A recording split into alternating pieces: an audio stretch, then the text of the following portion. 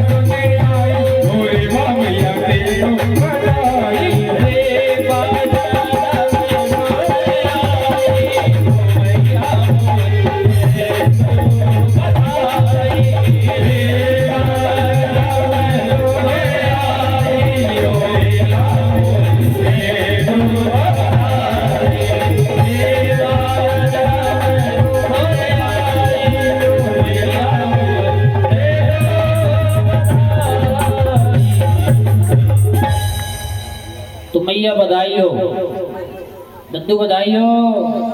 काय बात की मैया बधाई हो, काय बात की। अरे कजू तो बता दो मैया। मेकल के यहाँ अर्थात मेकल पर्वत के यहाँ माँ साक्षात पुत्री के स्वरूप में आई है, इसलिए मेकल बन गए कौन? हमारे मुख्य यजमान जी।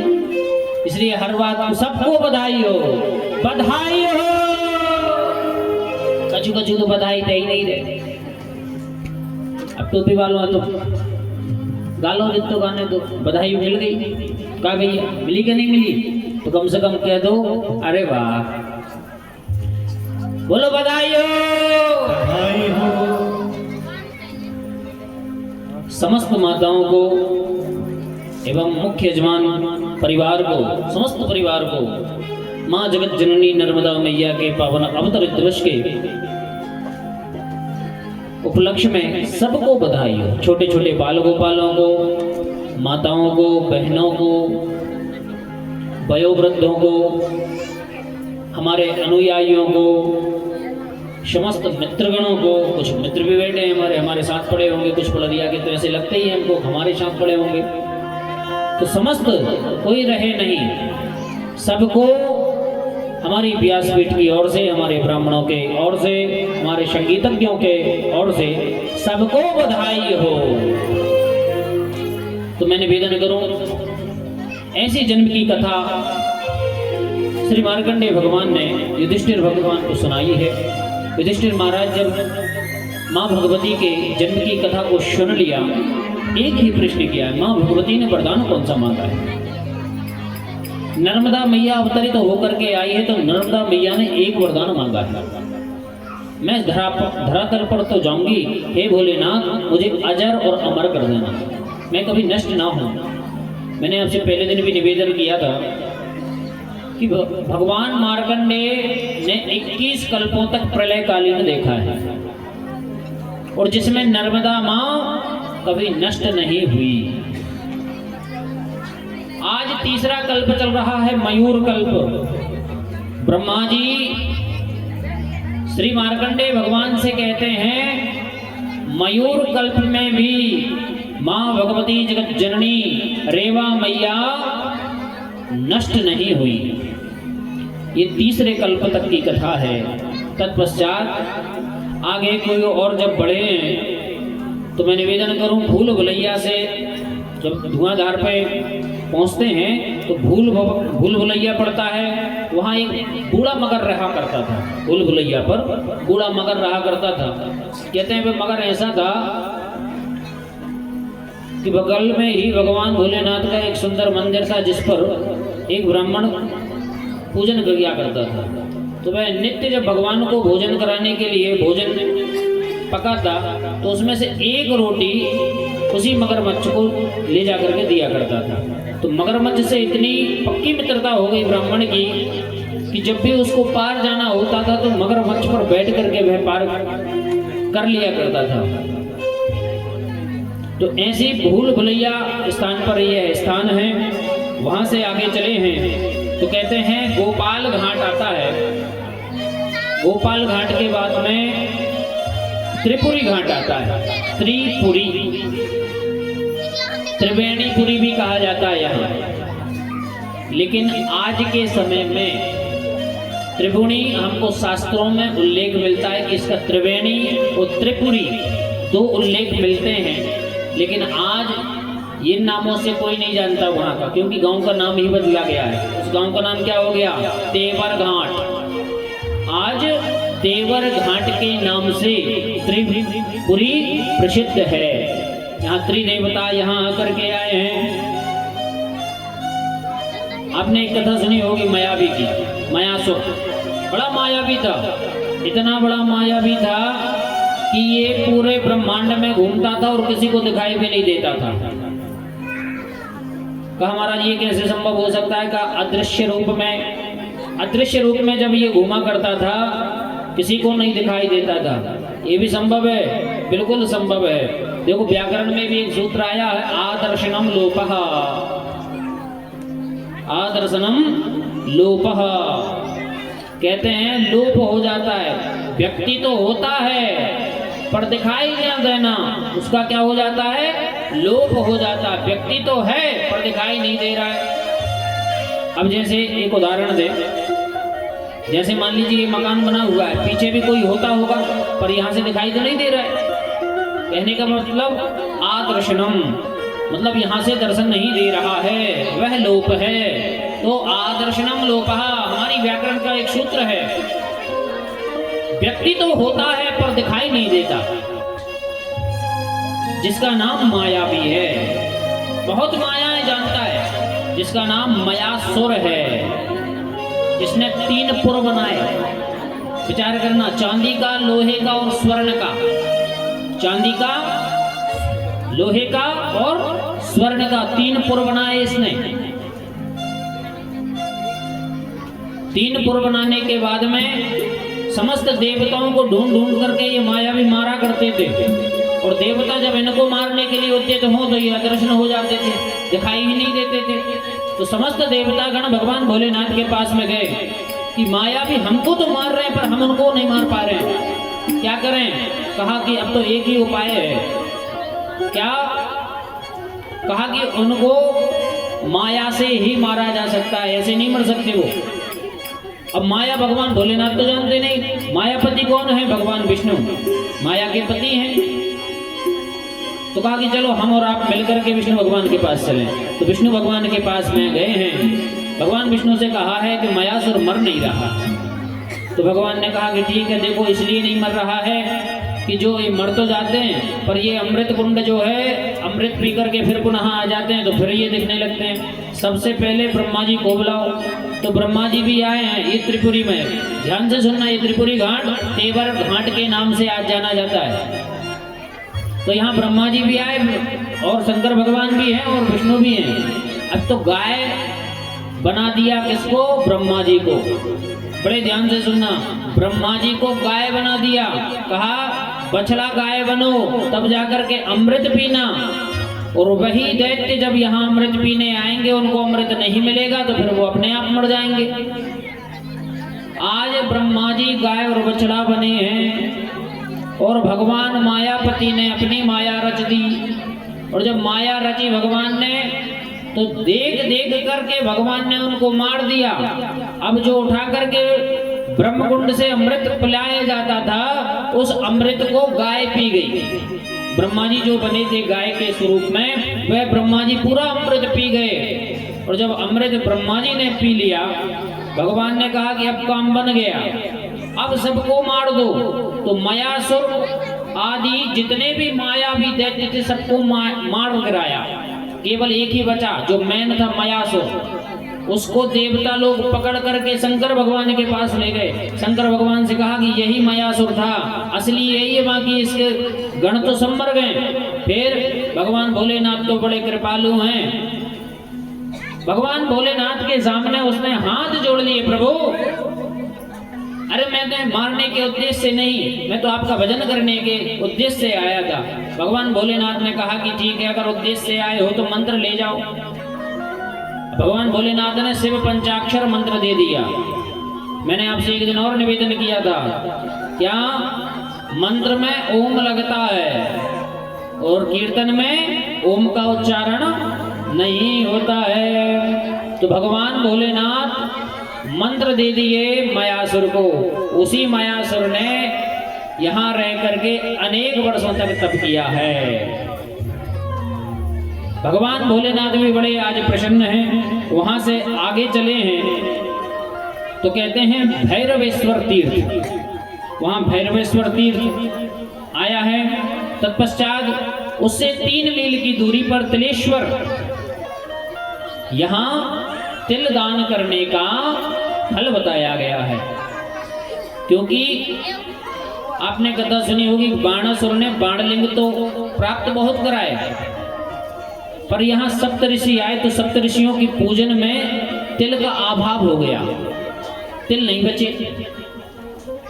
तो सप्तऋषियों ने कहा कि महाराज यहाँ तिल कैसे चढ़ाएं, तिल तो है ही नहीं है। भगवान भोलेनाथ ने कहा कि मेरे शिष्य बाणासुर ने बाणलिंग बहुत किए हैं और उन्होंने तिलभांडेश्वर की स्थापना की है, तो महाराज वो हमको दिखाई तो दे नहीं रहे। कहा कि ये तो बीचों बीच नर्मदा के तिलभांडेश्वर की स्थापना थी, पर आज वह डूब गई है प्रतिमा। तो सप्तऋषियों ने उसी मूर्ति को बाहर निकाला है, जिस पर आज भी तिल का निशान है।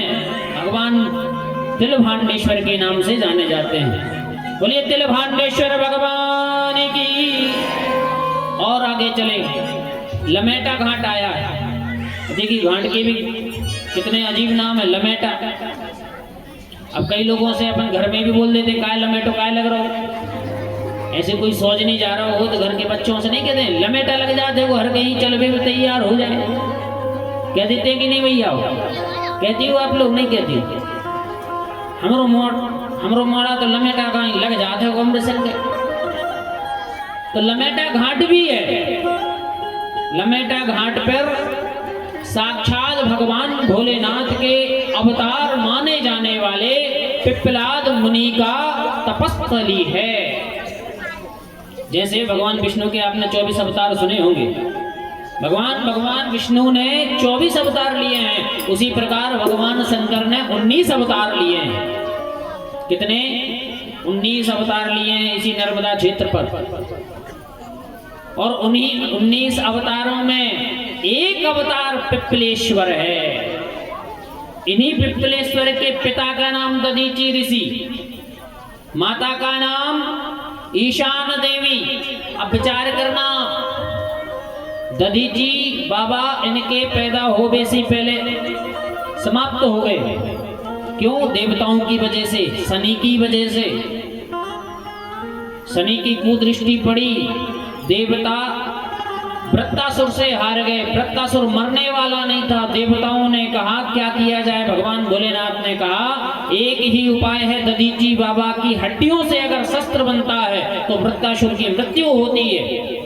उन्हीं दधीची बाबा की हड्डियों से शस्त्र बना। दधीची बाबा ने अपनी हड्डियां दे दी, अपने प्राण त्याग दिए। इन्हीं के सुपुत्र हैं पिप्पलाद जी महाराज। अब जब पिप्पलाद जी महाराज का जन्म हुआ उस समय पर माँ ने इनका साथ छोड़ दिया। माँ ने साथ छोड़ दिया। अब ये पले कैसे? छोटा सा बच्चा।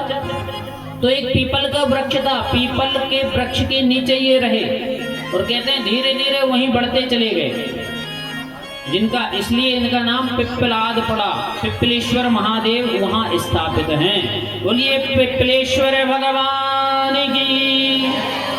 इनके तप में इतना प्रभाव था कि जिस पीपल के नीचे ये रहा करते थे वहीं से सरस्वती नदी बह करके आकर के नर्मदा में मिली है, इसलिए पिप्पलेश्वर संगम कहलाया है। बोलिए पिप्पलेश्वर संगम की, नर्मदा मैया की। ऐसी अनेक गाथाएं हम लोगों को प्राप्त होती हैं और ऐसी कथाओं को सुनते सुनते श्री वेदव्यास जी महाराज जन्मेजय भगवान से कहते हैं हे जन्मेजय, दधीची के पुत्र पिप्पलाद ने ये पिप्पलेश्वर की स्थापना तो कर दी है, पर तब से यहाँ विष्णु भगवान नित्य हमेशा आने लगे हैं। क्यों? कहते हैं असवत्थे वो निगदनम परणे भो वसतिकृता भो वाद इतिला सदा दत्तनवद पूर्वगम्मा। वेद भगवान कहते हैं कि भगवान पीपल में साक्षात भगवान का स्वरूप है।